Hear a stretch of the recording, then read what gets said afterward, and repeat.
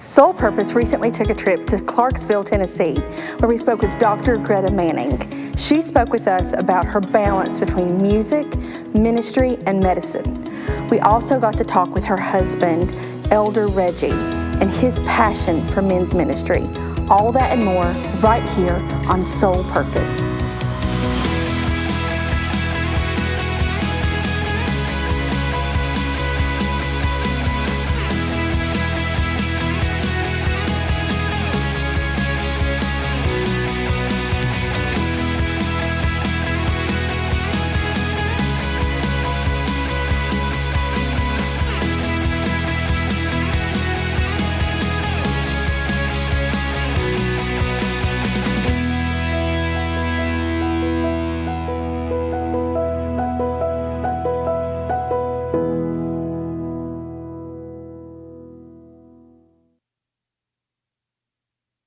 Today, I'm sitting here privileged to be speaking with Dr. Greta Manning, and she has some things that she would love to share with you.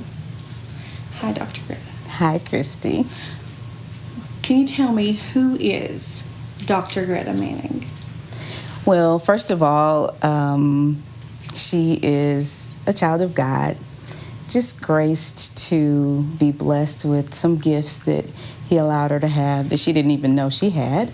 I was born in Tuskegee, Alabama, just at a time when there was lots of music around. The Commodores were enjoying international fame at the time, and so they were there, and I was enthralled with all the music that was in my atmosphere. But I enjoyed a lot of things, dancing, and of course I began to sing at the time. My brother knew some of the Commodores, and so he went to some of their rehearsals, and he was friends with them. But as I began to blossom as a young lady, I started to sing and realized that I had a voice to sing, but I was a little nervous and intimidated. So I found myself in an all-girls group, and I really didn't want to lead, and so I was singing background. But I ended up in a pageant, and that meant I had to sing by myself. And after that, I ended up singing lead all the time. That gifting kind of brought itself to the forefront as the plan of God would have it. And so from there, I ended up understanding what the will of God for my life was. So today, I maintain a practice of more than 2,500 patients.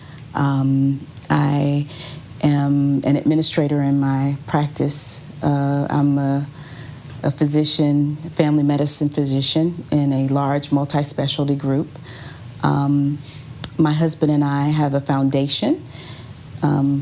It's called Auras Alliance, and it's a organization that we formed in honor of my mother, and we go around the nation speaking about kidney disease and diabetes and hypertension, and trying to help people to understand excuse me, what they can do not to succumb to that disease. And so there's a lot of things that we do, but again, the music kind of keeps us on point. I'm holding in my hand your newest project, Yay! Naked.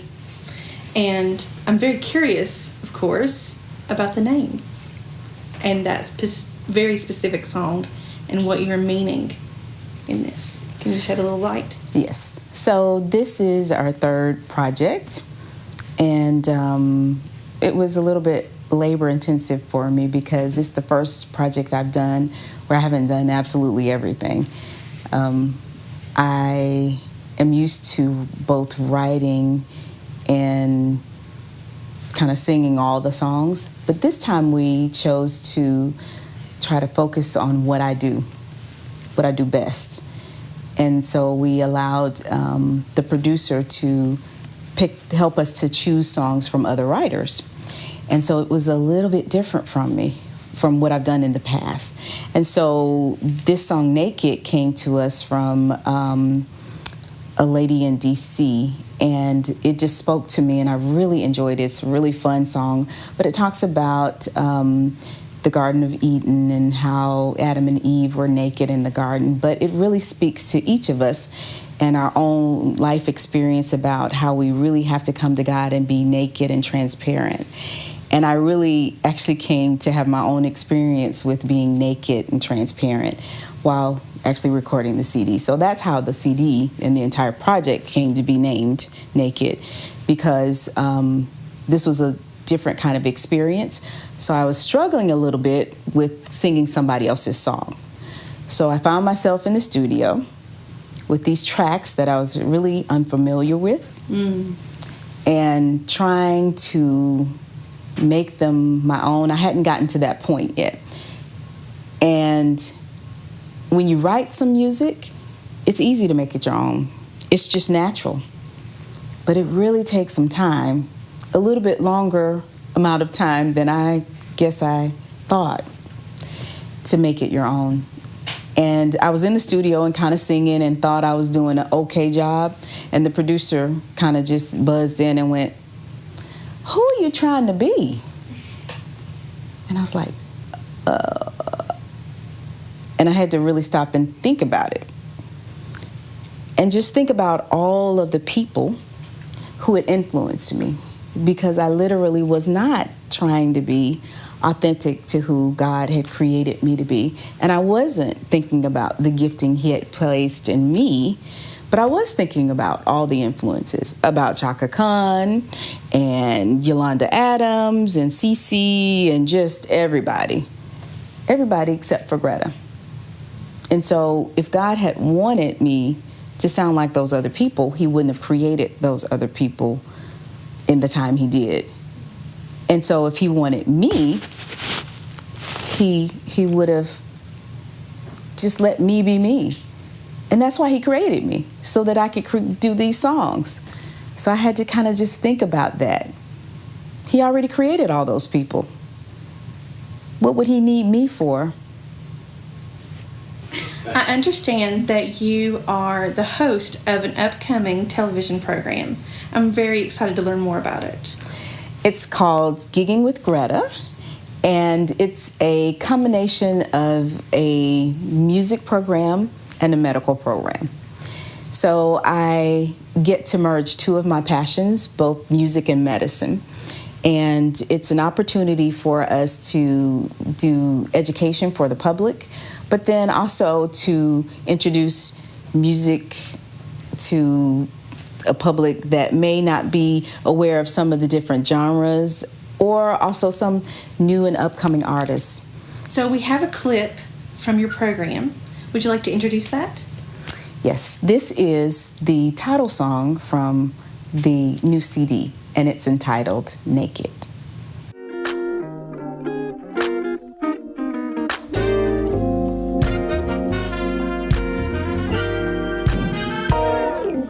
Naked, but I didn't know it. I was clothed in the light of His glory so bright. I was naked, but not ashamed, because I was His child and He called me by name. In the Garden of Eden I was naked, but I didn't feel it till the fruit touched my lips, just trickled down my fingertips. Naked and so naive, how could I be so blind and so quickly deceived? In the Garden of Eden I was naked. On the day that you eat, you surely won't die, said that serpent as I listened. In all, your eyes will be opened and you will be wise. On that day, you will be like God, just like God.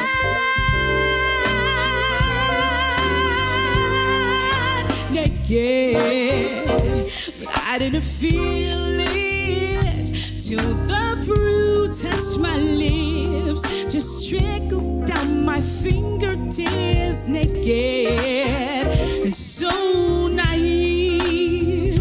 How could I be so blind, so quickly deceived? In the Garden of Eden I was naked. On that day that you eat, you surely won't die. Said that serpent as I listened, and your eyes will be open and you will be wise. On that day you will be like God, just like God, naked. For more information on Soul Purpose, go to www.blankenshipministries.org.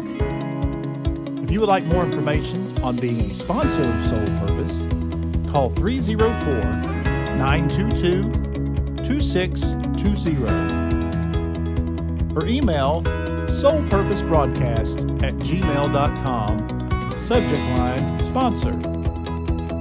If you would like more information on being a partner of Soul Purpose, call 304-922-2620 or email soulpurposebroadcast@gmail.com, subject line partner.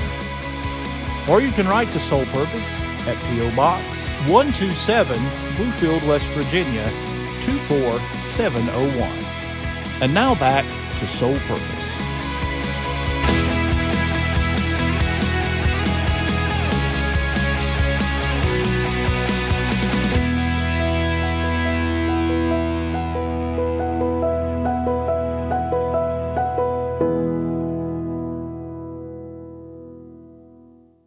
I have the distinct honor to be sitting here today with Elder Reggie Holder. And we've just been conversing a little bit about purpose and calling. Elder Reggie. Yes. So you and I said, if you were going to sum up your purpose and your calling in one thing, what would it be? For me, that as I said before, that would be very easy for me to answer. That would be men's ministry. That is my calling. Men's ministry is such a needed, tremendously needed ministry, and Yes. it's something that's I think it's being overlooked right now. I think it's something that we're not seeing as nearly as much as we should across our nation. Yes, I just years ago, for some reason, my heart was just always drawn to men standing up and being men taking the place that they were created to take, what God ordained for us from the beginning. And I realized that men really don't take that place because they're not taught that place. And so much is expected of a young man to learn simply by observation and not by purposeful, pointed teaching. And this generation wants to be taught because they want to know the why. They don't, just the old adage of when we were growing up, the because I said so doesn't work anymore, especially with this generation. But if you show them the why and you're there for them and they know that you care, they'll listen. So I ask you, what do you consider yourself a spiritual father? Yes, I consider myself really maybe more of a mentor, but there are young men who I have been a spiritual father to. I find more so that there are young men who are observing me and then may come up later and say something, but I know when they finally may come to me and ask a question, I've realized through trial and error that they have thought about this for a little while before they asked, so I can't be flippant about the answer. I have to really be purposeful in my answer to them, because I know for them to just break the ice to come and ask a question, or even just come to shake my hand. Some young men have walked up and just said, thanks for being there, and shook my hand. And I don't know what I what I may have done for them, but that's how it's been. But it really just trying to walk out being a man in front of them.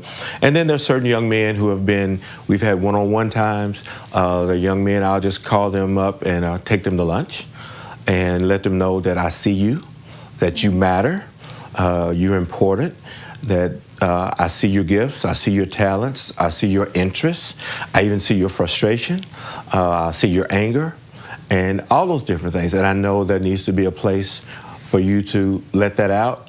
I'm letting you know I'm offering that place if you find that I'm the guy. And I don't just force myself on them. I just let them know I'm available. If you had something to say to the young men that are listening today, or older men that are listening today, what would you say to them? Before I answer that, I'll say this. On Father's Day, we had a service where 3 of us spoke, and we broke the ages up. One brother spoke on for the young men up to 20, 21 years old. The next brother spoke on to the men up to the 40s and 50s, and I actually spoke to those seniors. And so if I said anything to say to the young men, and as we said in that Sunday, that first of all, manhood and fatherhood starts at conception. It starts early. You start learning to be a man. One of the major points for the young men was that you show your manhood by the way you treat your mom, and especially your mom, but also just your parents, if both parents are there. And we spoke primarily to moms because there are so many single parent households, and even in our home church. But that manhood doesn't stop. It never stops. Caleb was 85 years old when he went to Joshua and said, it's time for me to stop fighting everyone else's battles and let me take the high ground. And he didn't just want ground, he wanted the high ground, where the tough battle was going to be at 85 years old. So there's never a time to stop, and we continue to go. You never give up. Manhood continues until we move into eternity. My goodness. What do you think is happening to young men who are in those single-parent households who are missing that male role model? The primary thing I think that's happening to them is that they are angry. They're angry about what they're missing. They're confused about what they're missing. And when men are confused, the nation is confused. The community is confused because they're searching. They don't know what to do, and they want attention. Pay attention to me somehow. So therefore, the acting out in school, all the way to getting in trouble, all the way to committing crimes, all those different things happen. But some things simply happen in just being hard to deal with or not wanting to open up. But they're missing that person that they have to prove something to. And this is what I mean by that. My dad was in my life. Thank God he's still alive. He's still in my life. But my dad was a carpenter. So the day that I could say to him, let me measure that and use the electric saw, was a rite of passage. These young men don't have that. They have no one to prove to that I'm growing as a man. And that's a very, very large void, large divide. A dangerous place to be. Yes. Are there any final thoughts that you'd like to share? Yes, and I don't want it to be like it's all gloom and doom, because it's not. Because I'm also involved in a lot of other programs, Fellowship of Christian Athletes, and as I said, some other mentorship programs where the young men things are very positive about our young men. They are bright, they are smart, they are energetic, and they want to. They have the want to. That's the thing. They really do have that want to learn and to do and to achieve. And I just want to say that there is hope. But we most definitely have to make it our purpose and be on purpose of going after the men and going after the young men and pouring into their lives intentionally. That's what I'm looking for, to be intentional that, yes, this program is for men. And the ladies will sit back, and sometimes they say, well, he's pretty chauvinistic. But the point is, when men are right, the wives are right, the children are right, the community's right, the church is right, the nation is right. That's the biblical process. That is the biblical concept. And you've just explained it and broken it down in such a wonderful, simple way. Thank you so very much. Oh, thank you for having me.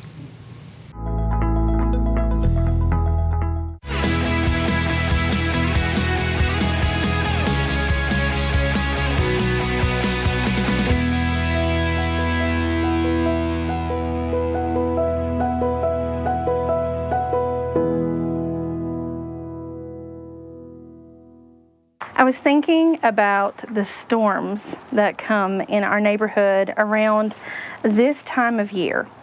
We have had an unusual season of moisture. We've had lots and lots of rain. And in that moment, a couple weeks ago, we found ourselves without power, no electricity at all. It was completely just pitch black in our home.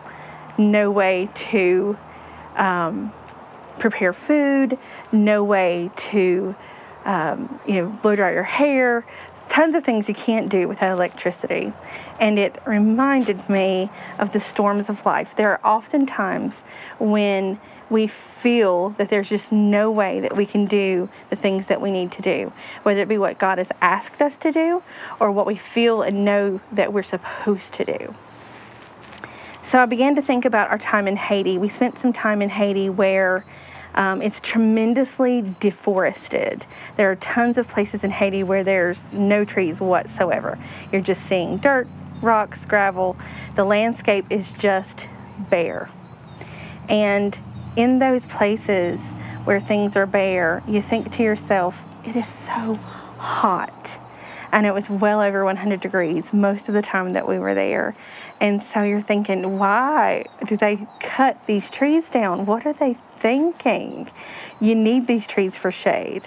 And the realization hit us, they were burning them at night because it was more important to them to have light than it was to have shade.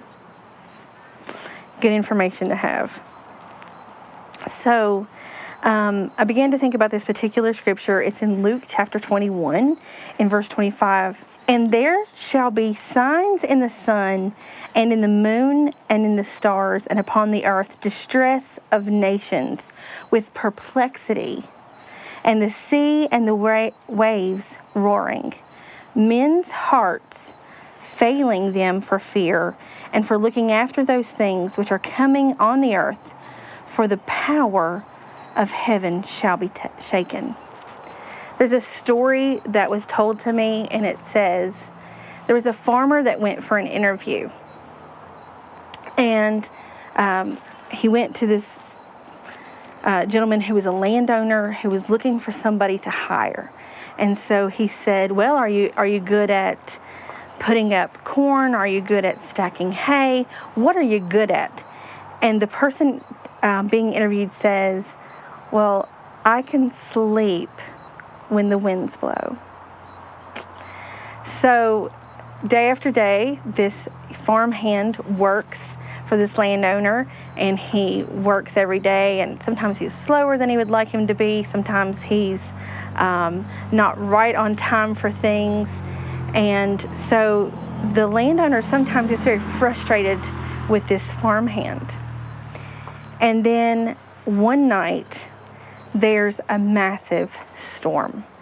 And the landowner knows that he needs to go out and check his stuff. So he's checking his crops to make sure there's tarpaulins over things that need to be. Shutters are already, secured. Gates and things are already secured. Nothing is out of place. But this landowner is running around the farm in the dark of night in the storm, checking all the stuff he needs to check. And this hired hand is in bed sleeping while the winds howl, while the storm comes, and while the rain just drenches the area. And that landowner that's outside checking all the stuff. So the next morning, the landowner is sitting at the kitchen table, and the farmhand comes in and he says, where were you last night? Where were you at? While I was out checking on everything. He said, well, were all of the gates closed? And he said, yeah. He said, well, were all of the crops, do they all have the tarpaulins over them like they needed to be? Yep. Were all of the hatches and things, weren't they closed correctly? Yep. But where were you? I was running around. And he said, well, I told you at the very beginning, I have the ability to sleep while the wind blows. So my question for you today is, do you have the ability to sleep while the wind blows? Do you have the ability to know that you've got everything that you need to have in order? That you've already turned your life over to the one true God. You've already talked to the Master. You already know who controls the storm, who controls the rain, who controls the elements outside, who controls the thunder. In fact, you may hear some thunder in the distance even as we are filming this today so that you can hear it later. You may hear that because that's what's going on around us, and that's what's going on in so many lives. We've got thunder rolling, we've got lightning flashing, we've got waves crashing on the shore, and we're wondering, what are we doing? Or do we have the ability, because we already know the person who handles and who takes care of the wind, or we already know that we've given our hearts and our complete bodies, everything that we are, our purpose and everything that is about us, to the person who takes care of the wind, who controls the waves, who controls the lightning, the person who puts it in motion, the man who is the Master, the Almighty Creator. If that's the case, then you're going to be able to sleep when the wind blows, and you're going to be able to handle it when storms come. So you're not going to have a heart that fails you for fear. And this verse says, men's hearts fail them for fear. It's discussing anxiety. It's discussing heart trouble. It's discussing a physical condition when your body fails you because you are so fearful of what's going on around you.